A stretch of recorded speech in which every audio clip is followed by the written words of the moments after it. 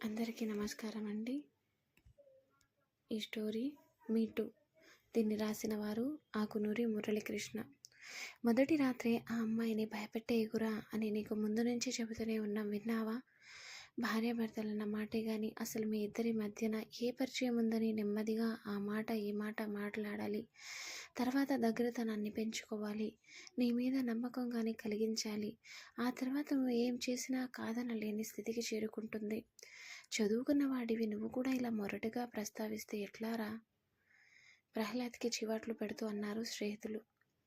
మరేం పర్వాలేదులే, ఇవాళైనా కనీసం తొందరపడకుండా ఆమెతో మనసు విప్పి మాట్లాడు. ఒకరినొకరు అర్థం చేసుకోవడానికి ప్రయత్నించండి. ఆ తరువాతే శృంగారానికి ప్రయత్నించు అంటూ హితబదులు చేశారు.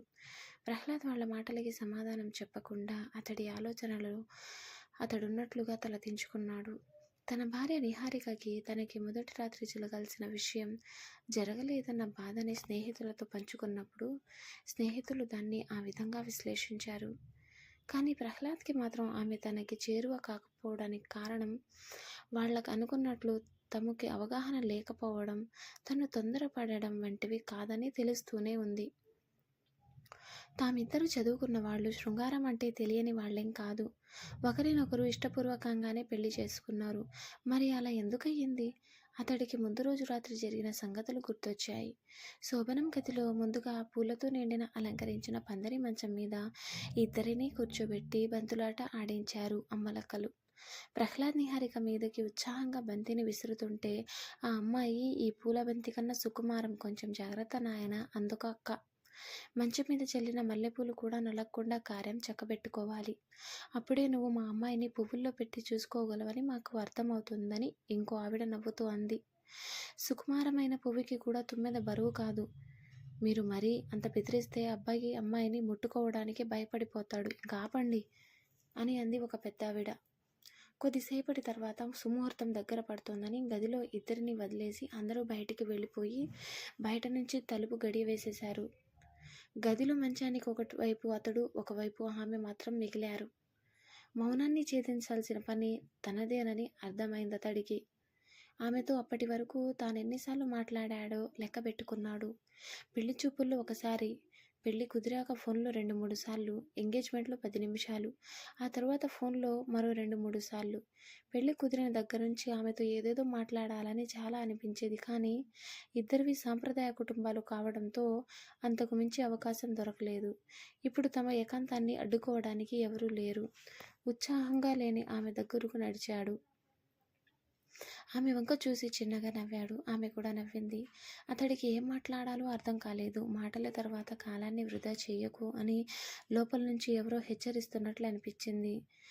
అన్నీ మర్చిపోయి ఆమెని 2 భుజాలు పట్టుకుని పైకి లేపాడు. చేతికి సున్నితంగా సుకుమారంగా తగిలిన ఆమె భుజాల స్పర్శ అతడికి గమ్మత్తుగా అనిపించింది. ఊహించని అతడి చర్యానికి తత్తరపడినట్టుగా ఆమె కనురెప్పులు అల్లాడిస్తుంటే క్లోజప్లో ఆమె ముఖాన్ని మొదటిసారి చూస్తున్న అతడికి కాటుక పెట్టుకున్న ఆమె పెద్ద పెద్ద కళ్ళు మరింత అందంగా కనిపించాయి. చెక్కిళ్ళ మీద, చెంపల కింద చిరు చెమటలు గులాబీ రేకుల మీద మెరుస్తున్న నిహారిక బిందువుల్లాగా అనిపించాయి. ఆశ్చర్యంతో చిన్నగా తెరిచిన ఆమె నోరు ఎర్రని మధుపాత్రలా అనిపించింది. తెలుగు కూడా సరిగ్గా రాని తనకి ఇంత కవిత్వం ఎలా వస్తుందో అని ఆశ్చర్యంగా అనిపించింది అతడికి. ఆమెనంత దగ్గరగా చూస్తుంటే మన్మధుడు బాణాలతో ఒళ్ళంతా కితకితలు పెడుతున్నట్టు ఏవోవో పులకింతలు. ఒక చిన్న రాపిడి అంతటి వేడిని పుట్టించగలదని, ఒక వేడి సెగ అంతటి సౌఖ్యాన్ని ఇస్తుందని మొదటిసారి తెలిసింది. మరింత వేడిని రాజేయాలన్నట్టుగా అతడు కొంచెం కదిలాడు. అయ్యో, మేము నలగకూడదని అమ్మలక్కలు హాస్యాన్ని అన్నారు. మీకు సౌఖ్యాన్ని ఇవ్వడానికి కాకపోతే మేమిక్కడ ఎందుకున్నాము అనుకున్నాయి మంచం మీద ఉన్న మల్లెళ్ళు. వాళ్ళిద్దరూ అలా నిలబడి ఉండటంతో మల్లెల బాధని మన్మధుడు అతడి చెవులకి చేరవేశాడేమో అన్నట్టుగా అతడు ఆమెని మంచం మీద కూర్చోబెట్టాడు. అతడి పెదవులు ఆమె మెడ వంపులోంచి ఎంత వంపులోకి చేరాయి. చేతులు మాత్రం నడుము వంపులోంచి కదలమన్నాయి. ఆ మారం ఎంతసేపు గడిచిందో ఇద్దరికీ తెలియదు.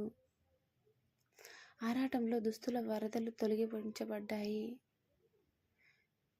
పరిగెత్తి పరిగెత్తి ఉరకలేసే సెలయేరు నదిలో కలిసే సమయానికి నెమ్మదించినట్టుగా పొల పొంగు మీద ఎవరో నీరు చిలకరించినట్టుగా ఉవ్వెత్తున ఎగిసిన కెరటం తీరం చేరకుండానే వెనక్కి తగ్గినట్టుగా ఇద్దరు ఆగిపోయారు. కాసేపు ఇద్దరు ఒకరితో ఒకరు మాట్లాడుకోలేదు. సారీ వినపడనట్టుగా నెమ్మదిగా అంది ఆమె. సారీ చెబితే అతడికి గిల్టీగా అనిపించింది. వైవాహిక జీవితం అంటే కేవలం మొదటి రాత్రి మాత్రమే కాదు. జీవితంలో అనుభవించడానికి ఇంకా ఎన్నో రాత్రులుంటాయి. ఆలోచిస్తున్న ప్రహ్లాద్ భుజం తడుతూ అన్నాడు ఒక స్నేహితుడు. జరిగిన విషయాన్ని ప్రహ్లాద్ తన స్నేహితులకైతే చెప్పగలిగాడు, కానీ పెద్దవాళ్ళకి చెప్పుకోలేకపోయారు ఇద్దరు. ఆచారం ప్రకారం ఆ ముచ్చట 3 రోజులు జరగాలి. రెండో రోజు కూడా ఇద్దరిని పూలతో అలంకరించిన పందిర మంచం మీద కూర్చోబెట్టి బంతులాట ఆడించారు అమ్మలక్కలు. ఆట పట్టించి జాగ్రత్తలు చెప్పారు. కాసేపటి తర్వాత బయటికి వెళ్ళి తలుపులు వేశారు. మళ్ళీ ఇద్దరు మిగిలారు గదిలో. ముందు రోజు జరిగిన దాన్ని తాలూకు గిల్టీ ఫీలింగ్ కంగారుగా ఇద్దరిలో ప్రస్ఫుటంగా ఇస్తున్నాయి. అయినా సాధ్యమైనంత మామూలుగా ఉండాలని ప్రయత్నిస్తున్నారు. కాసేపు ఏవేవో మాట్లాడుకున్నారు. ఆ విషయంలో చొరవ తీసుకుంటే ఏమనుకుంటుందో, తీసుకోకపోతే ఏమనుకుంటుందో అని కాసేపు మీమాంస పడ్డాడు అతడు.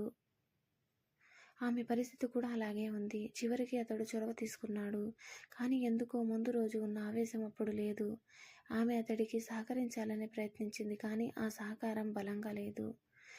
మంచం మీద పూలకి ఆ రోజు కూడా నిరాశ ఎదురయ్యింది. కొంతమంది స్త్రీలు మరీ సుకుమారంగా ఉంటారు. వైవాహిక జీవితానికి వాళ్ళు అంత వెంటనే సిద్ధపడలేరు. డాక్టర్లు దాన్ని ఫ్రిజిడిటీ అనో ఇంకేదో అంటారు. ఇలాంటి వాళ్లతో మరింత సున్నితంగా వ్యవహరించాలి. జీవితాంతం చేయాల్సిన సహజీవనాన్ని 3 రాత్రులు నిశ్చయించకూడదు. కొన్నాళ్ళు ఇద్దరు కేవలం స్నేహితుల్లాగా ఉండండి చాలు. అన్నీ అవి సర్దుకుంటాయి. తిరుగు ప్రయాణం అవుతున్న స్నేహితులు సలహా ఇచ్చారు ప్రహ్లాద్కి.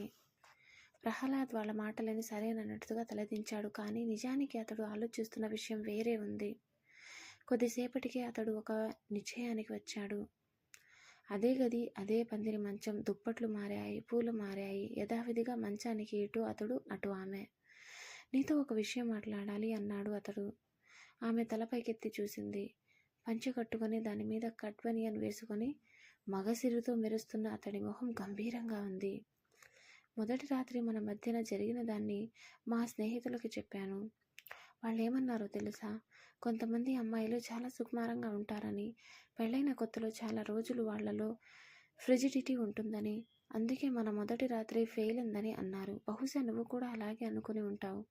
అందుకే వెంటనే నాకు సారీ చెప్పావు, అవునా? ఆమె మాట్లాడకుండా అతన్నే చూసింది. కానీ నీకు మా స్నేహితులకి తెలియని విషయం ఒకటి ఉంది. మన మొదటి రాత్రి విఫలమవ్వడానికి అసలు కారణం నువ్వు కాదు, నేను. ఆమె కళ్ళు పెద్దవి చేసుకుని అతడి వైపు ఆశ్చర్యంగా చూసింది. 2 చేతులు కలిస్తేనే చప్పట్లవుతాయి. శృంగారం కూడా అంతే. నిన్ను చూడగానే ఆవేశపడ్డా. నేను అసలు విషయం దగ్గరికి వచ్చేసరికి చల్లబడిపోవడానికి కారణం నాలో ఉన్న ఒక గిల్టీ ఫీలింగ్. అసలు నేను నీకు మొదటి రాత్రి ఈ విషయాన్ని చెప్పి ఉండాలి, కానీ భయం వల్ల చెప్పలేకపోయాను. ఇప్పటికీ కూడా అసలు విషయాన్ని నీకు చెప్పకపోతే నన్ను నేను క్షమించుకోలేను. అందుకే చెప్పాలన్న నిశ్చయానికి వచ్చేశాను. తన ముఖాన్ని ఆమెకి చూపించలేనట్టుగా అటువైపు తిరిగి కన్ఫెషన్ ఇస్తున్నట్టు చెప్పుకోబోతున్నాడు అతడు. నా జీవితంలో నువ్వు మొదటి స్త్రీవి కాదు. నాకు ఇంతకుముందే శృంగార అనుభవం ఉంది. నాకు ఇష్టం లేకపోయినా బలవంతం మీద ఒక అమ్మాయితో తప్పు చేశాను నేను. చదువుకునే రోజుల్లో మా పక్కింట్లో ఉండే ఒక అమ్మాయి నాతో క్లోజ్గా ఉండేది. ఒకసారి వాళ్ళ ఇంట్లో ఎవరూ లేని సమయంలో నన్ను ఇంటికి రమ్మని పిలిచి రెచ్చగొట్టింది. వయసు ప్రభావం, సినిమాల ప్రభావంతో నేనేం చేసుకున్నానో నాకే తెలియని పరిస్థితిలో, ఆవేశంలో ఆ క్షణంలో ఆమెతో తప్పు చేశాను. తరువాత నేనే చేసిన పని నాకు చాలా గిల్టీ ఫీలింగ్ కలుగు చేశాయి. చాలామంది మగాళ్ళలా ఈ విషయాన్ని నేను మామూలుగా తీసుకోలేకపోయాను. ఎంత మర్చిపోదామనుకున్నా ఆ విషయం పదే పదే గుర్తొచ్చి నన్ను ఇబ్బంది పెట్టేది. అసలు పెళ్ళికి ముందే ఈ విషయం నీకు చెప్పి, నీకు ఇష్టమైతే పెళ్లి చేసుకుందాం అనుకున్నాను, కానీ నా స్నేహితులు వద్దని వారించారు. ఇలాంటి అనుభవాలు ఆ వయసులో చాలామందికి సహజమేనని, వాటిని బయటికి చెప్పడం వల్ల సజావుగా సాగిపోవాల్సిన వైవాహిక జీవితం మీద వాటి దుష్ప్రభావం పడుతుంది కనుక దాన్ని ఒక పీడకలగా భావించి మర్చిపోమ్మని సలహా ఇచ్చారు. వాళ్ళ సలహా మేరకు ఆ సంగతిని నేను నీ దగ్గర దాచాను. కానీ నిన్ను ఆలింగనం చేసుకుని దగ్గరికి తీసుకుంటున్న క్షణంలో నాకు నేను చేసిన తప్పు గుర్తుకు వచ్చి నా మూడు పాడైపోతుంది. నేను పవిత్రుణ్ణి కాదని, నిన్ను పొందే అర్హత లేదని నా మనసు హెచ్చరిస్తున్నట్టు అనిపించింది. ఆవేశమంతా పాలపొంగు మీద నీళ్లు చల్లినట్టు చల్లబడిపోతుంది. నాలో ఆ గిల్టీ ఫీలింగ్ పోనంత వరకు నేను నీతో సంసారం చేయలేను. అందుకే జరిగినది నీకు చెప్పేశాను. ఈ సంగతి పెళ్లికి ముందే చెప్పకుండా నిన్ను మోసం చేయడం నా తప్పే. అందుకు నన్ను క్షమించు. జరిగినదంతా విన్నాక కూడా నేను నీకు అంగీకారమైతేనే నీ జీవితంలో కొనసాగుతాను. లేకపోతే జరిగిన దాంట్లో నీ తప్పే లేదని అందరికీ చెప్పేసి నీ జీవితంలో నుంచి తప్పుకుంటాను. అతడి ముఖంలో పశ్చాత్తాపం. ఆమె ఎలా స్పందిస్తుందా అన్నట్లుగా ఉద్విగ్నంగా చూస్తున్నాడతడు ఆమె వైపు. కొద్దిసేపు ఆమె ఏమీ మాట్లాడలేదు. తర్వాత సూటిగా అతడి కళ్ళలోకి చూస్తూ అంది, మీకు జరిగిన ఈ అనుభవమే నాకు జరిగిందని నేను చెబితే మీరు ఎలా రియాక్ట్ అయ్యి ఉండేవారు? ఆమె ప్రశ్నకి అతడొక క్షణం తడబట్టుగా చూశాడు. ఆ తర్వాత నెమ్మదిగా అన్నాడు, శీలం అన్నది శరీరానికి సంబంధించినది కాదు, మనసుకి సంబంధించినది. ఆ విషయంలో ఆడైనా మగైనా ఒకటే. మన ప్రమేయం లేకుండా బలవంతంగా జరిగిన దాన్ని మన తప్పుగా భావించకుండా ఒక పీడకలగా భావించి మర్చిపోవడమే మంచిది. తప్పు చేసిన స్థితిలో ఉన్నాను కనుక ఇలా చెప్పడం లేదు. ఇది నా అభిప్రాయం. అందుకే జరిగిన దాన్ని నేను నీకు చెప్పలేదు. కానీ నా గిల్టీ ఫీలింగ్ నన్ను నింది. అతడి గొంతులో సిన్సియారిటీ ధ్వనించింది. కొద్దిసేపు అక్కడ మౌనం రాజ్యమేలింది. కాసేపటి తర్వాత అతడి దగ్గర వచ్చిన ఆమె ఒక స్నేహితురాలిగా అతడి భుజం మీద చేయి వేసింది. మీ ప్రమేయం లేకుండా జరిగిన దాని గురించి బాధపడుతూ జీవితాన్ని నాశనం చేసుకోవడం నిజంగానే అవివేకం. దాన్ని ఒక పీడకలగా భావించి మర్చిపోండి. అతడి కళ్ళు మెరిశాయి. నన్ను అర్థం చేసుకున్నందుకు కృతజ్ఞతలు. నాలోని గిల్టీ ఫీలింగ్ పోయి నేను మామూలు మనిషిని కావడానికి కొద్ది రోజులు సమయం పడుతుంది. అప్పటిదాకా మనం స్నేహితుల్లా ఉందాం అన్నాడు. ఆమె అతడిని జాలిగా చూసింది. అతడి సాధ్యమైనంత తొందరగా ఆ విషయం మర్చిపోయేలా చేయడం తన బాధ్యత అనిపించింది ఆమెకి ఆ క్షణంలో. అందుకు తన వంతు తను చేసే ప్రయత్నంగా ఆమె 2 చేతులతో అతడి నడుముని చుట్టేసి అతడి కళ్ళల్లో ప్రేమగా చూసింది. మర్నాడు సాయంత్రం గుడి దగ్గర ఎవరూ చూడకుండా నిహారిక స్నేహితులు కలుసుకుంది. నాకు నిహారిక అంతా చెప్పింది. ఇన్నాళ్ళు మేమంతా ఎంతలా కౌన్సిలింగ్ చేసినా రాని మార్పు ఆమెలో ఒక్కరోజులో చూశాను. చెయ్యని తప్పుని మీ మీద వేసుకుని మా స్నేహితురాలి జీవితాన్ని నిలబెట్టారు. మీకెలా కృతజ్ఞతలు చెప్పాలో తెలియం లేదు. మీ సంస్కారానికి చేతులెత్తి మొక్కాలి అంది 2 చేతులు జోడిస్తూ. నిహారిక మీ స్నేహితురాలు కాదు, నా భార్య. మొదటి రాత్రే ఆమె ఏదో గిల్టీ ఫీలింగ్తో బాధపడుతోందన్న విషయాన్ని గ్రహించాను.